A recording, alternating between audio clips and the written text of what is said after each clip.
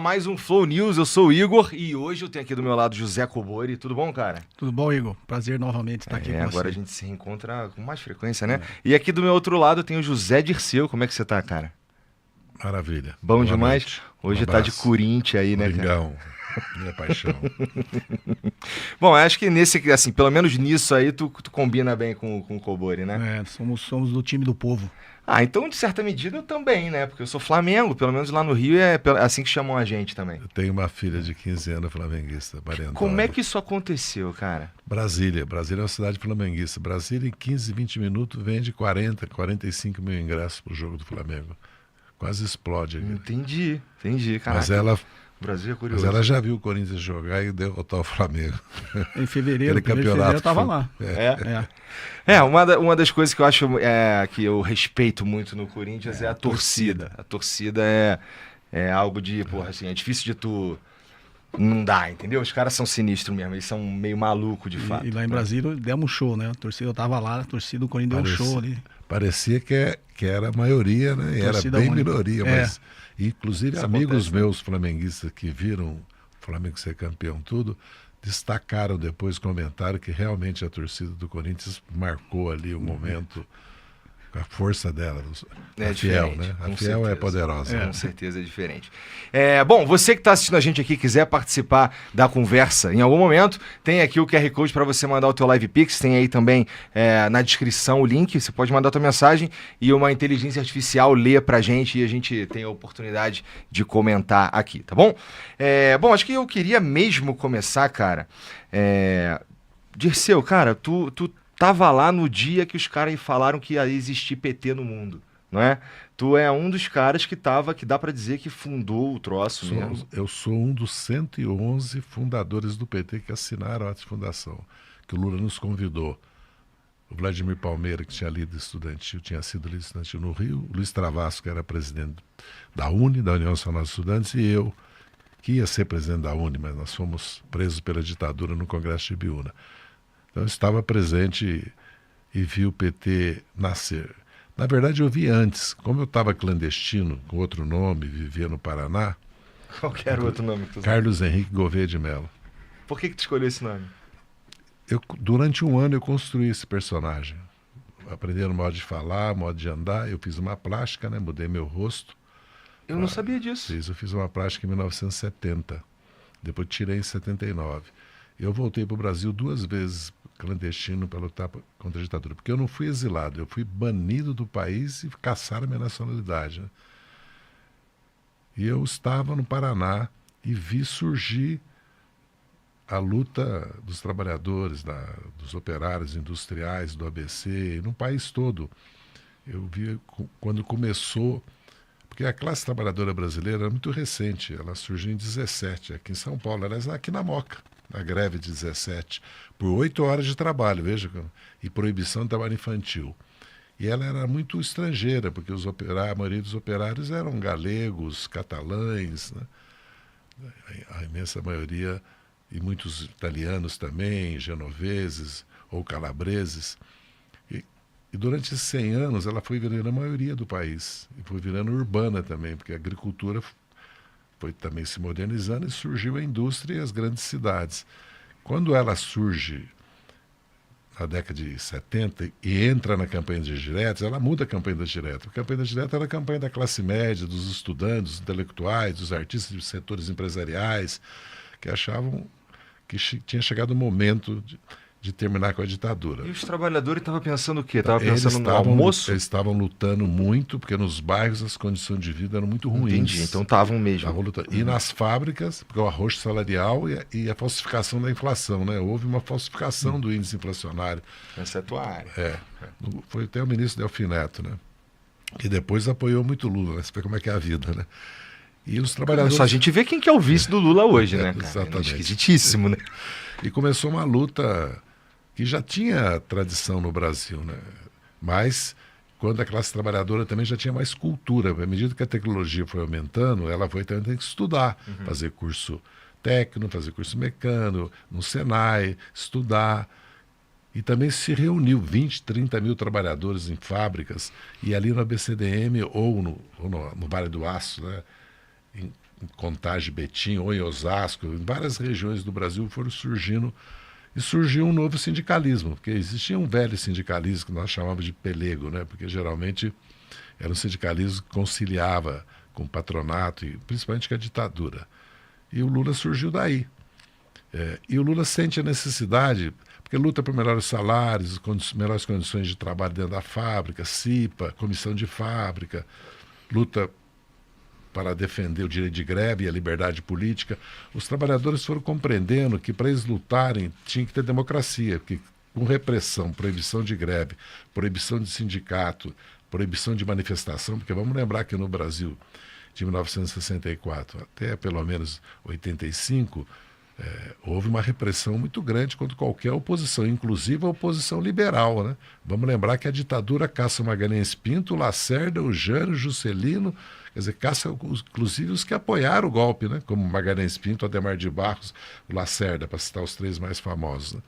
Então, assim que eu vi surgir o Lula primeiro, que eu já vi aquele personagem, senti a força já do movimento sindical, dos trabalhadores e a presença dele como líder. E depois eu fui levado pelo Frei Beto e pelo Paulo Vanucci, que foi ministro do Lula, foi juiz na Corte Internacional, nós tínhamos lutado junto, né, no movimento estudantil e na luta armada contra a ditadura. Me levou para conhecer o Lula, eu conheci o Lula. Eu já, quando estava aqui clandestino, já via o PT como um sonho da nossa geração. Porque no Brasil se tentou sempre criar um partido que nascesse e representasse os trabalhadores. Só que a repressão foi muito forte. Em 17 foi, em 35 foi, na década de 50 foi, em 64 foi. E na democracia, todos nós, tenhamos a posição política que cada um tem, sejamos a origem que tenhamos, podemos lutar. Podemos expressar nossa opinião, nos organizar, reivindicar, votar, eleger, que é o que foi mais importante. A maior conquista dos trabalhadores é a democracia. Porque na democracia eles podem lutar. Porque, no fundo, o trabalhador luta por quê? Pela participação na riqueza que ele cria. Que ele só recebe o salário. Ele não tem lucro, ele não tem aluguel, né? E ele não tem renda, lucros e dividendos. Não tem renda. Ele tem que lutar por serviços públicos, que ele tem acesso à saúde pública, à educação pública, ao lazer, à previdência. Ele tem que participar da riqueza do país por meio e ele tem que lutar para ele não pagar só ele a carga tributária, que é o problema do Brasil. E quem tem lucro, né? Quem tem riqueza, patrimônio e renda, pague mais do que quem vive de salário, que é o grande problema do Brasil, inclusive. Então o PT surgiu assim. E se consolidou muito rapidamente, né? Porque 22 anos depois nós governávamos o Brasil. Se pensar... Muito rápido mesmo. E foi rápido, né? Deixa eu abrir um parênteses aqui. Aqui, isso que você está falando aí é uma verdade, que é o lance do pobre pagar muito imposto aqui. Isso muito por conta do imposto sobre o consumo. Exatamente. Não é? Tô falando merda? É Não, isso, né? tô falando Então, sério. cara... qual que é a grande dificuldade de mexer com isso, então, tendo em vista que... Eu sei que o presidente não manda em tudo, ele não é assim, mas a gente tá indo pro terceiro governo do Lula e Quinto do PT, né? Um foi interrompido, né? Sim, é verdade. Da Dilma. Mas deve ter uma gigantesca dificuldade para andar com isso, né? Porque isso é uma questão... desde sempre do Brasil, né? O Lula devia estar falando disso quando ele estava lá no sindicato. Veja bem, desvendar a concentração de renda no Brasil e quem paga imposto de consumo ou na produção é a maioria do povo brasileiro, sempre foi muito difícil. E nós conseguimos isso, que 80% dos brasileiros declararam que eram favoráveis que se cobrasse imposto dos bancos, das bets e dos bilionários. É uma forma de traduzir isso, né? E também o movimento a favor do fim da escala 6x1, que a juventude começou a tomar consciência também das condições de trabalhar 10, 12 horas de segunda a sábado, né, para ganhar até R$2.000. Nós estamos falando do empacotador, da caixa, do açougueiro, do padeiro, do trabalhador em geral de serviço, do comércio. Então, essa questão é uma questão, talvez a questão mais importante do Brasil, além dos juros, né, é a estrutura tributária, porque a Europa resolveu isso no século XIX, ela fez uma reforma agrária, política e tributária, quando haviam grandes rebeliões camponesas, por causa que eram servos, a transição ainda do feudalismo para o capitalismo estava começando, e nas grandes cidades começaram grandes insurreições operárias também, porque eram as péssimas condições de trabalho. E a Europa acabou fazendo. O Brasil não fez a reforma agrária quando teve a abolição da escravidão, não deu nem educação, nem voto, nem terra. Se o Brasil tivesse feito uma reforma agrária, que fez depois, não? Porque quando vem a imigração de milhões de europeus para o Brasil, uma parcela importante recebeu terra, principalmente no sul do país. E nunca houve. E reforma política, nós vivemos de ditadura. Até 30 não havia democracia. De 37 a 46 foi a ditadura do Estado Novo. E de 64 até 85, ou a Constituinte 88, também nós tivemos uma ditadura. Mas o Brasil, por fim, com a Constituição de 88, implantou uma democracia, um Estado democrático de direito. E mais importante do que isso, criou um Estado de bem-estar social. É aí que cria o SUS, a educação pública, a Previdência, a Lei Orgânica de Assistência Social. O país cria... uma forma de... Mas não fez a reforma tributária. Aí ficou o ônus que nós estamos arrastando desde 88 de como financiar o investimento do desenvolvimento do país e como financiar o Estado de bem-estar social. Porque se você não aumenta o investimento, você não aumenta a produtividade, não industrializa o país, não aumenta a renda média. Tem uma hora que você se esgota o modelo de você distribuir renda sem crescer, entendeu? Foi muito importante distribuir renda para crescer, porque o Lula sempre disse isso, ao contrário do que tinha dito o professor Delfim Neto, que primeiro era preciso fazer o bolo crescer. A demanda é muito importante para crescer o salário, mas sem investimento você começa a gerar em falso, que aí o nosso professor aqui pode nos explicar por que o Brasil perde oportunidades históricas pela incapacidade de aumentar o investimento no país, modernizar o país, seria infraestrutura, tecnologia, para você ver. Se nós olharmos o mundo hoje, a corrida tecnológica que levava 50 anos, né? Depois levava 30, agora leva 5 anos, muda. Você vê, nós já estamos na robótica, não, nós já estamos na inteligência artificial. Você mesmo acabou de falar da inteligência artificial. E o Brasil precisa correr atrás disso, como a nossa infraestrutura. Nós não temos uma autopista que liga Belém a São Luís, Porto Alegre a Belém ou São Luís. E nem as capitais que não são litorâneas, autopista como a Bandeirantes, falando autopista, 4 pistas de cada lado, com estrutura, tudo. O sistema ferroviário brasileiro, que melhorou muito nesses últimos 20 anos, né? Inclusive a Transnorte vai ficar pronta, a Ferronorte foi feita, a rodovia essa que ligou o sul para o norte também foi feita, os portos do país estão se modernizando, os aeroportos também, mas nada que se comparado com aquilo que o Brasil necessita. Então, essa é a questão de fundo do Brasil, isso, a concentração de renda, a estrutura tributária e o juro alto. Porque pensa bem, o consignado é certeza que você vai receber, porque desconta na tua folha de pagamento. 30% de juro para uma inflação de 4,5%, quanto custa o consignado? Como ele é feito no celular, o custo dele é muito barato. Então, se você ganha 25%, vamos supor, não, vamos pôr 20%. Depois de 3, 4 anos você dobrou teu ativo, né? Mas você tirou a renda do trabalhador. Porque o que eu sinto é que a massa salarial brasileira, a classe trabalhadora brasileira, que são 90% do país, ela perde a força dela pagando juros e impostos, quando ela devia ter uma força para ajudar o país a crescer com a demanda. Essa expropriação da renda, inclusive da produção, do comércio, do serviço pelo capital financeiro no Brasil... porque nós temos o capital financeiro, os rentistas, aqueles que vivem de renda, mas temos aqueles que são os intermediários disso, que estão ganhando mais às vezes que os rentistas, que é a Faria Lima, né, que a gente chama. Então, quando foi tomada a consciência disso, foi muito importante, porque o país começou a discutir, porque o importante é que... Por que nós não mudamos isso? Por causa do Congresso Nacional. O Executivo e o Judiciário... Quem faz as leis é o Congresso. Quem executa é o presidente.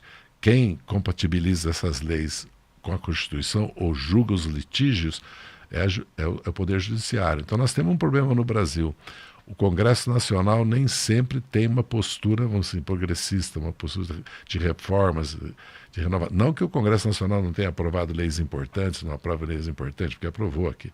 Agora mesmo aprovou o Plano Nacional de Educação, aprovou o IVA, aliás, aprovou a tributação dos fundos offshore, que é lá fora, dos fundos exclusivos familiares e lucro sobre o caso próprio, e aprovou a própria isenção do imposto de renda e a taxação do 0,1. Então, houve avanços, até por pressão da opinião pública, que pelas pesquisas eles se deram conta que não dá para ficar contra. É como o fim da escala 6x1.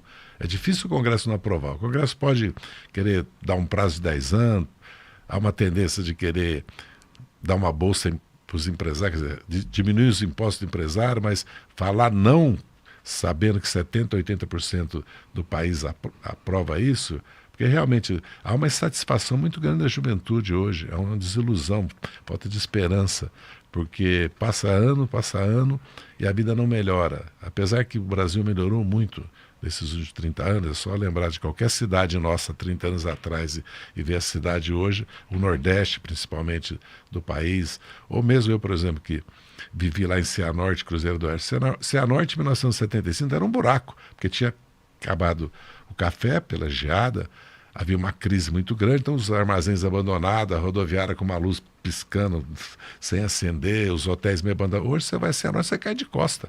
Então como é que o Brasil não mudou?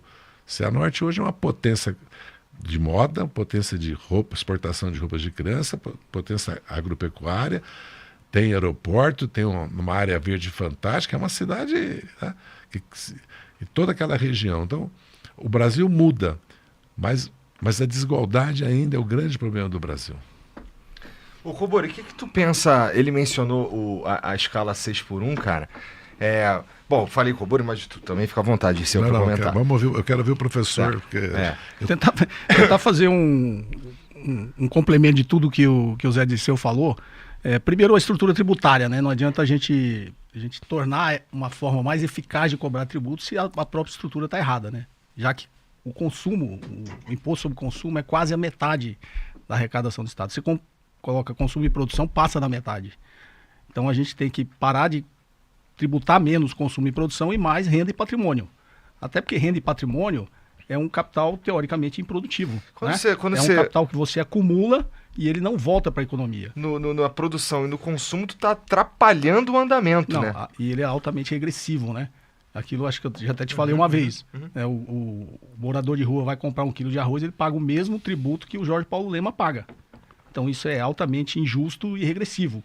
E quando você tributa consumo e produção, você está tributando, primeiro, quem gera demanda, que é quem consome, e quem produz, né? Quem realiza uma atividade produtiva. E quando você não tributa renda e patrimônio, você está incentivando as pessoas a acumular capital e não devolver esse dinheiro para a atividade econômica, né? Então, tributar dividendo. Eu falo isso sobre a estrutura, como eu sou um financista, né? Eu sou professor de finanças, e a gente até ensina isso, né? Como as empresas podem ser mais eficazes. Se a empresa paga todo o tributo e distribui dividendo, e o dividendo não paga tributo, o modelo de incentivo está errado. É um modelo de incentivo para você tirar o dinheiro da empresa, passar para o acionista e o acionista viver de renda, né, desse capital. Porque quando você começa a tributar o dividendo, você tem um modelo de incentivo de que agora talvez compense eu deixar esse lucro, reinvestir o lucro em novos projetos da empresa para ela crescer. Então, a estrutura é completamente errada. Quando a gente olha para o lado da política, que você está questionando, isso não muda porque poder econômico é poder político, né? E o nosso sistema político, ele precisa ser reformado. E a gente também, nós enquanto eleitores, e aí meia-culpa de todos nós que votamos também, a gente tem que chegar à conclusão que não adianta se votar num executivo com um projeto de país e num legislativo que não concorda com aquilo. É contraproducente você fazer isso. Então, e ainda mais no nosso sistema do presidencialismo de coalizão, é quase um parlamentarismo, que o Congresso, o presidente da Câmara é quase um primeiro-ministro, né? O executivo não consegue passar realmente os projetos que mudam a estrutura da nossa economia. Então está sempre em coisas meio paliativas, né?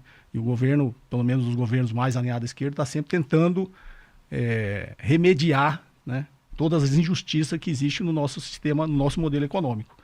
Mas aí quando a gente vai para o mercado financeiro, existe essa pressão do mercado financeiro, que o Zé estava falando do capital rentista, e aí um pouquinho trazer que me ocorreu quando o Zé estava falando, assim, às vezes me ocorre algumas coisas.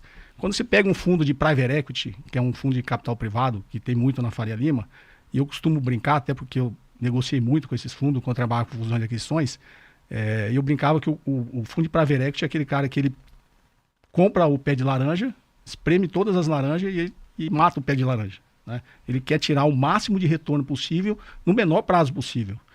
E quando você olha o modelo econômico nosso como todo, ele funciona dessa forma. Não é só a Faria Lima, não é só o fundo de private equity.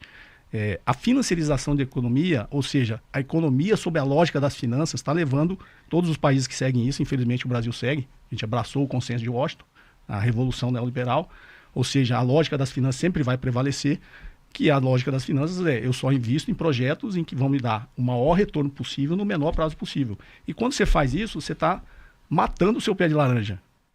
A estrutura da sua economia não vai evoluir, não vai ter um desenvolvimento econômico que é diferente de ter crescimento econômico.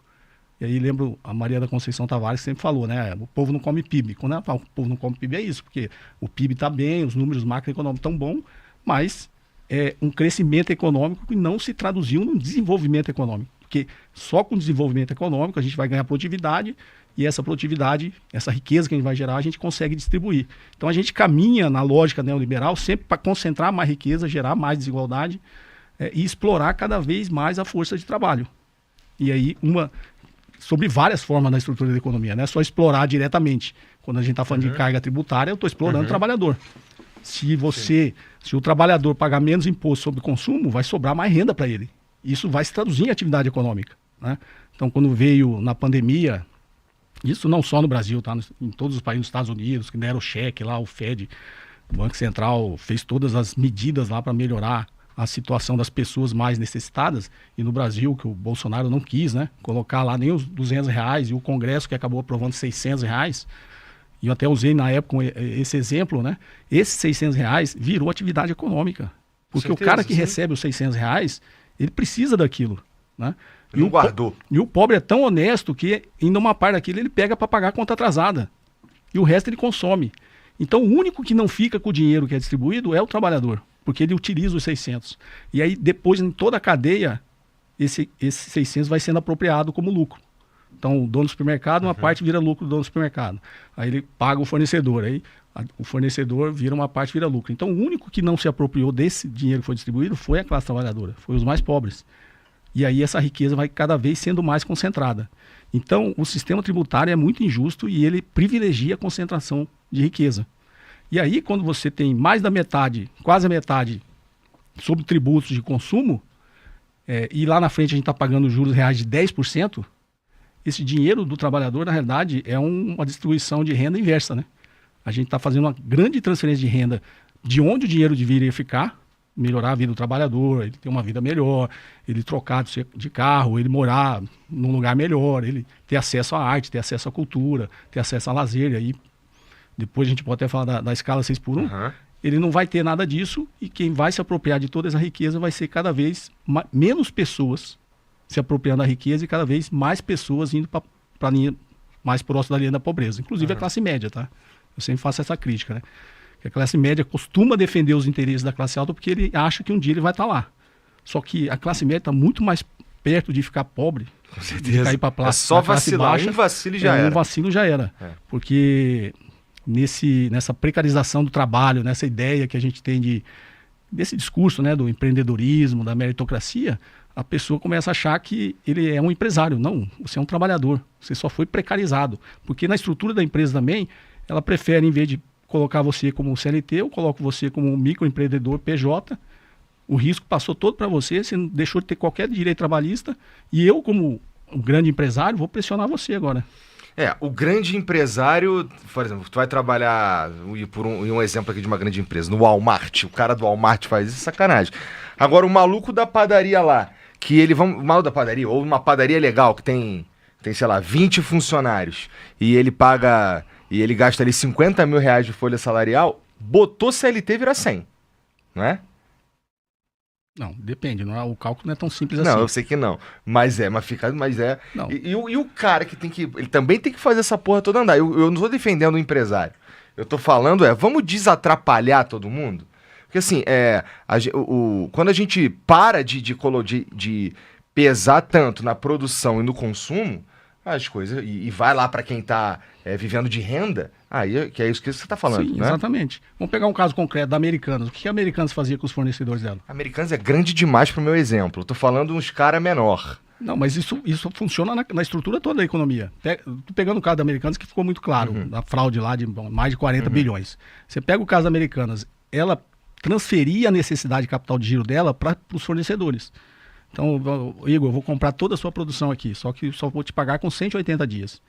O que é isso, cara? Então, o Vale Alimentação e o Vale Refeição, eles estavam segurando o dinheiro, cobrando uma taxa 3 vezes maior, então 12%, 15%, o dinheiro ficava 60 dias, 90 com eles, o governo teve que arbitrar para diminuir para 3,5% e o dinheiro ser entregue imediatamente. Porque é uma maneira de se apropriar, porque isso aplica esse dinheiro, né? Sim. Aplica a maneira de se apropriar da renda do trabalho, né? Porque o Vale Refeição e o Vale Alimentação foi feito com base no Fundo de Garantia do FAT para dar, como o Vale Transporte, para melhorar as condições. Porque a questão toda, Igor, é a seguinte, aquilo que eu falei, como é que quem vive de salário participa da riqueza que cria? Se for só pelo salário, então por isso que surgiu a CLT, por isso que surgiu os direitos trabalhistas e surgiram os serviços públicos que o conjunto da sociedade financia. O que está acontecendo no Brasil, quem está financiando o seu próprio serviço público é o próprio trabalhador. Porque se não paga imposto, lucros de dividendo. Não existe imposto de renda no Brasil. Porque acima de R$8.000, vamos supor, todo mundo paga 27,5. Olha, o que ganha 80, 800, 8 milhões, 80 milhões, paga a mesma coisa do que ganha 8 mil. Então isso não é imposto de renda. E nós não temos imposto sobre grandes fortunas, não temos imposto, né, sobre lucros de dividendo, que é 1 trilhão. 1 trilhão de lucros de dividendo, não paga imposto.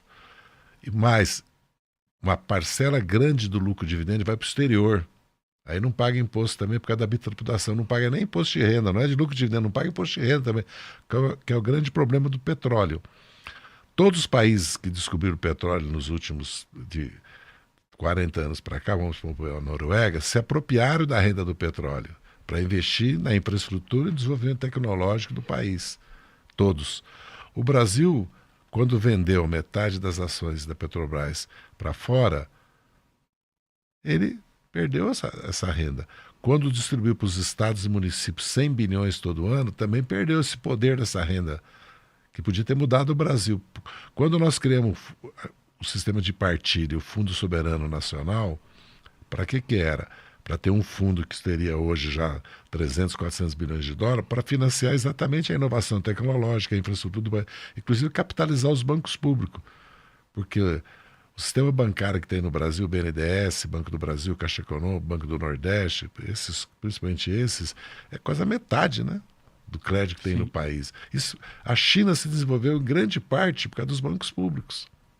Então essa questão de, não, o trabalhador ele vai receber o dobro do salário e não vai ter a previdência. Primeiro que o empresário vai pagar de qualquer jeito. Só que amanhã ele vai ter que pagar a educação, ele vai ter que pagar a saúde, ele vai ter que pagar a aposentadoria. E as experiências de privatização de aposentadoria na Argentina fracassou, no Chile fracassou, tem fracassado aqui na América do Sul.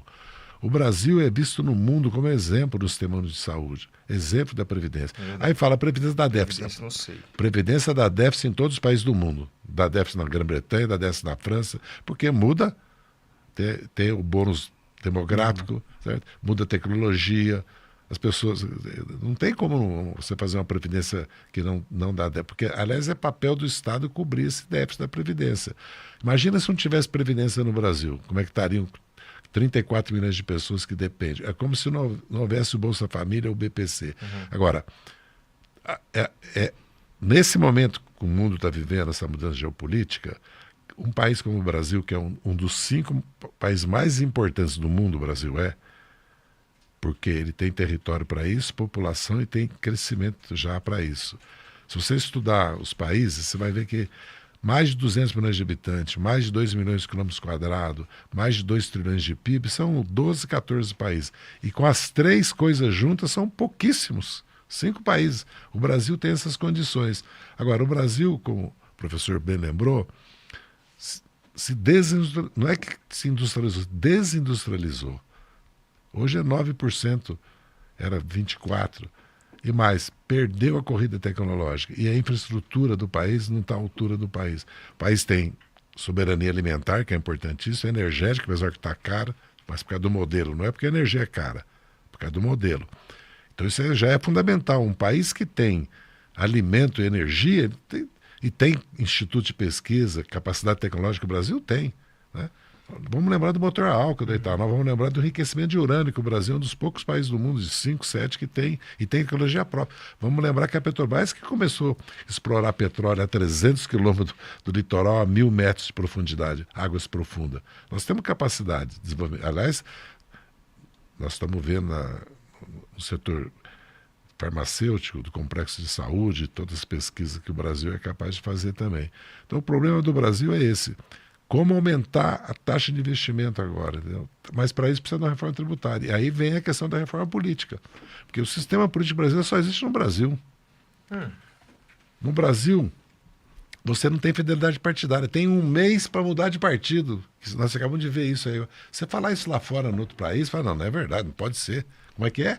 Tem um mês que as pessoas... Partido político em todos os países do mundo, você tem que ter fidelidade partidária. Você saiu 4 anos de quarentena. Você não vai ser candidato outra vez, você vai esperar. Segundo, em todo o mundo, Câmara dos Deputados é proporcional à população de cada estado. No Brasil, não. Tem um mínimo de 8, máximo de 70. Sabe quantos deputados São Paulo perde? 41. São Paulo passa sufoco nisso, né? São Paulo teria 111 deputados. Quem perderia? Aí querem falar, não, o Ceará... Não. Os 5 territórios que a ditadura criou como estado. Mas imagina criar, há 30 anos atrás, Roraima, Rondônia, Amapá e Acre como estado, não tinha... Eles juntos acho que não tinham 1,5 milhão de habitantes. Hoje eles não têm 3 milhões de habitantes e tem 4 vezes 8, 32 deputados. Quer dizer, metade quase de São Paulo. E se puser Tocantins, eles têm 40 deputados. Não tem nem 6 milhões de habitantes, tem 40 deputados, então está errado. Mas, no mundo todo, você vota na lista partidária, porque você tem que fortalecer os partidos, no programa do partido, e de um líder que puxa a lista, ou você vota no distrito, ou no misto, como é o alemão, você vota 2 vezes. Você vota no teu distrito e vota numa lista. Calcula o número de deputados pela lista, por isso que chama distrital misto proporcional. E aqui no Brasil, nós uma hora vamos ter que fazer reforma tributária, reforma política. Porque, outra coisa, emendas parlamentares, 62 bilhões que sai da mão do executivo. Quem executa o orçamento? O Congresso pode aprovar o orçamento, mas quem executa é o executivo. Aí é uma evasão da atribuição executiva. E agora nós estamos vendo 93 inquéritos, 2,6 bilhões gastaram em shows. Tem prefeitura que faz um show que é mais que o custeio e investimento todo de saúde, educação e segurança do município. Então, começam a surgir as deformações. Então, tá parecendo o Renan Santos fala isso aí que tá falando, hein, cara? Não, precisa de uma reforma política. Vai ajudar o Brasil a formar outra coisa. Eu estava conversando agora o Máximo D'Alema, que foi primeiro-ministro da Itália, foi ministro de Relações Exteriores, é um dos políticos mais importantes da geração dele, da Europa, certo? Ele estava me relatando, certo? Que é preciso formar maiorias. Na Itália, o partido majoritário ganha 30 deputados. Em muitos países do mundo isso acontece. Para quê? Para formar maioria. Então, o partido majoritário, né? Aqui são 513, teve 130 deputados. Né? Ele pode ganhar 50 deputados para fazer 180, porque ele faz maioria com mais um partido. A situação que nós criamos no Brasil com o fundo partidário e fundo eleitoral, o que aconteceu? Você tem um fundo partidário e fundo eleitoral, você cria um partido, você vai se autorreproduzir. Proibiu o financiamento privado e criou o fundo partidário e o fundo eleitoral.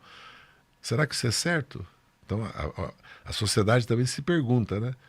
Nós estamos financiando a democracia. É correto financiar, porque a democracia tem um preço. Você tem a justiça eleitoral, você tem as eleições, você tem o parlamento, né? Tem toda a estrutura do parlamento. Isso você tem o financiamento partidário. Porque por que nós financiamos os partidos? Porque nós vivemos quase Se você somar tudo, nós vivemos quase 30 anos de ditadura. Então era necessário ajudar os partidos a se consolidarem. Mas, no fundo, os partidos precisam se autofinanciar, porque qual foi o problema dos sindicatos? Nós éramos contra o imposto sindical, o PT, quando surgiu a CUT e o PT. Nossa, mas isso é contraintuitivo. E nós não acabamos com o imposto sindical. Aí, quando foi de interesse do governo Temer e Bolsonaro, eles acabaram com o imposto sindical, deixaram os sindicatos amigos. Lógico que os empresários têm seus sindicatos e têm recursos para manter, ainda tem o sistema S ainda. Então, é preciso que nós paremos e façamos uma reforma tributária no Brasil, entendeu? É importante isso. Eu, inclusive, como eu sou pré-candidato a deputado, e é permitido agora você não pedir voto, mas se apresentar as propostas, eu tenho falado sobre segurança pública, sobre a revolução educacional tecnológica, tenho falado sobre reforma política e tenho falado sobre essa discussão nossa aqui, como o Brasil, nessa nova fase do mundo de guerra, cada país está cuidando de si, se você olhar. Os Estados todo mundo fazendo política industrial, todo mundo fazendo tarifa, se protegendo, todo mundo... O Biden imprimiu 5 trilhões de dólares. O Trump deu 4 trilhões de isenções para as empresas, que é déficit, ele vai imprimir. A Europa está imprimindo 800 bilhões de euros para a reindustrialização, ou seja, para mudar a economia mecânica para digital. Por que eles podem fazer isso? Porque o juro é 1,5%, 1%. Que ele paga sobre a dívida pública. O Japão, que ele conhece muito mais do que eu, se não me engano é 240% do PIB. 240, é 2 vezes mais 40 do PIB a dívida pública, mas paga 0,25. Você tem o título público como garantia, segurança total. Qualquer coisa que aconteça, você vai ter acesso àquela poupança tua. Aqui no Brasil nós pagamos 10%, 1 trilhão. Sabe quantas pessoas ficam com isso? 2 milhões de brasileiros. Mas quem fica a maioria? 10, 20 mil brasileiros que tem grandes grupos econômicos que compram dívida pública. E tem os 14 milhões como nós, que podemos ter 10 mil reais aplicados, 50, 70, e pensamos que estamos participando disso aí, entendeu? Mas não estamos. Nós estamos nos protegendo. Nem é da inflação, porque a inflação está muito baixa no Brasil. 4,5% de inflação, tendo uma guerra no mundo, acontecendo tudo que aconteceu no Brasil nos últimos anos. Tivemos pandemia, tivemos um golpe, saiu uma presidência que sofreu impeachment, entrou um governo, que foi o governo Bolsonaro, que não ajudou o país em nada, entendeu? E o país ainda resiste, cresce, emprego. Você viu, eu estava pegando o dado hoje. Nesse trimestre foram criados 600 e tantos mil empregos com carteira assinada no Brasil. Então, e o Brasil está firme, é porque o Brasil... Em 10 anos, nós mudamos o Brasil. Se fizer as reformas que o Brasil Será, precisa. cara? Porque eu sinto que a gente...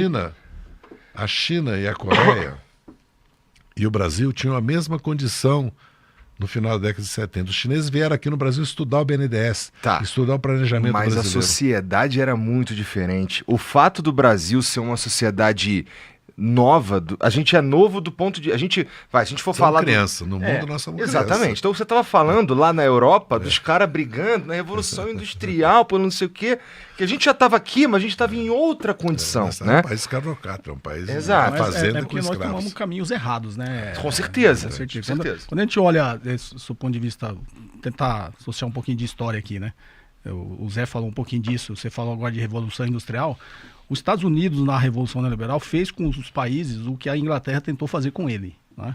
Então, a primeira Revolução Industrial na Inglaterra, Estados Unidos, depois se tornando com a sua indústria nascente, mas era uma potência agrícola, como é o Brasil, tá? E a Inglaterra criou mecanismos para não deixar que os Estados Unidos se tornasse uma potência industrial. Um deles foi um mecanismo de incentivo, né? Eles baixaram qualquer tipo de tarifa para os produtos agrícolas dos Estados Unidos. Isso é mais ou menos o que a gente passa hoje. Então, incentivou ele a ser uma potência agrícola, porque achou que isso ia desincentivar ele a ser uma potência industrial. Fomentar a sua indústria nascente.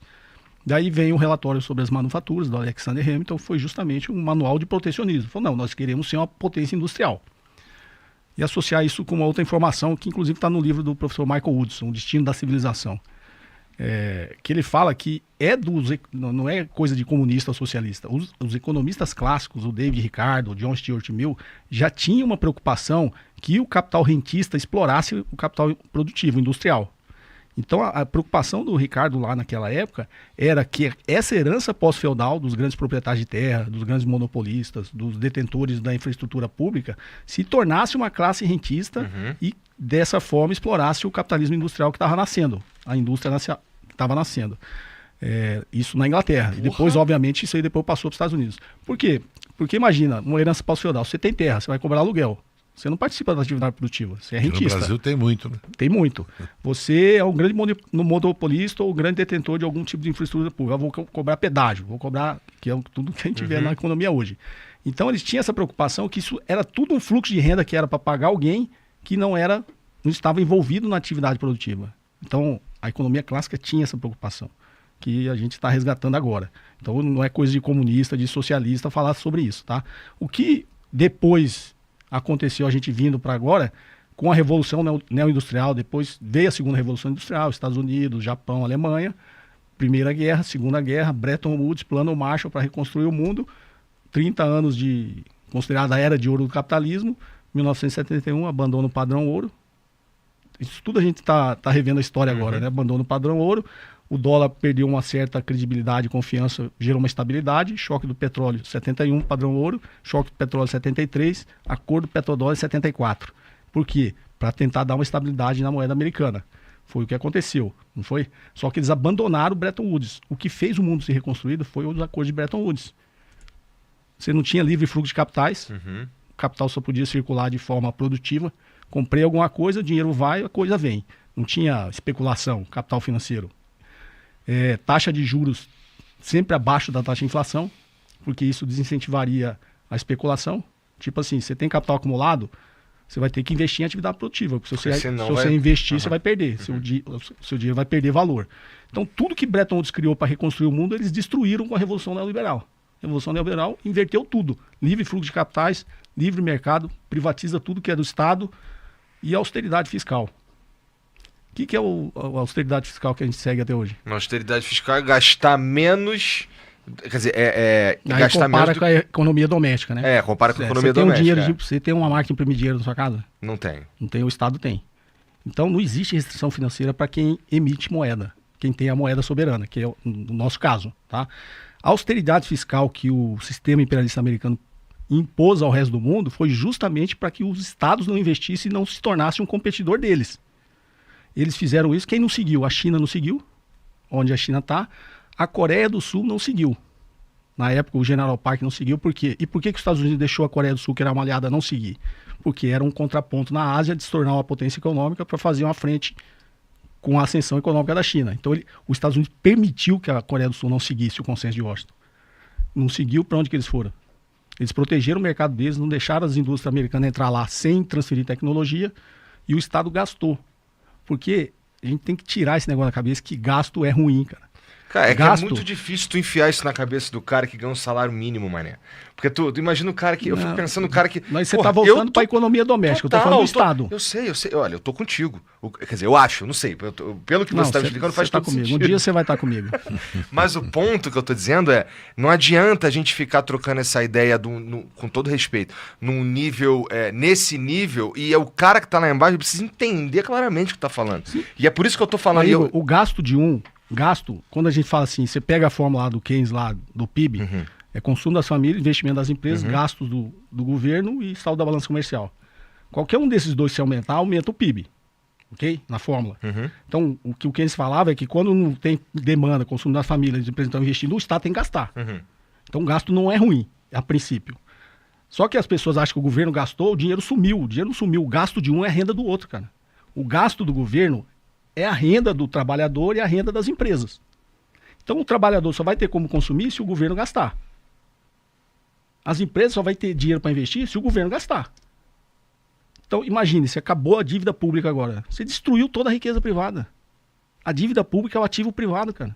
Entendeu? Então gasto não é ruim necessariamente. Obviamente você tem que ver que tipo de gasto você está fazendo. Então, a gente tem que ter um projeto de nação, tem que ter um projeto de como a gente quer ter um modelo econômico de desenvolvimento do país. assim que é o que a China faz, nos planos quinquenais. Ó, nosso projeto é esse, vai precisar gastar quanto? 1 trilhão. Imprime 1 trilhão e joga na economia. Aí você fala, não pode fazer isso. Por quê? Quando uma empresa se alavanca, toma dívida para investir, por que ela faz isso? Porque ela está investindo num projeto que vai dar retorno.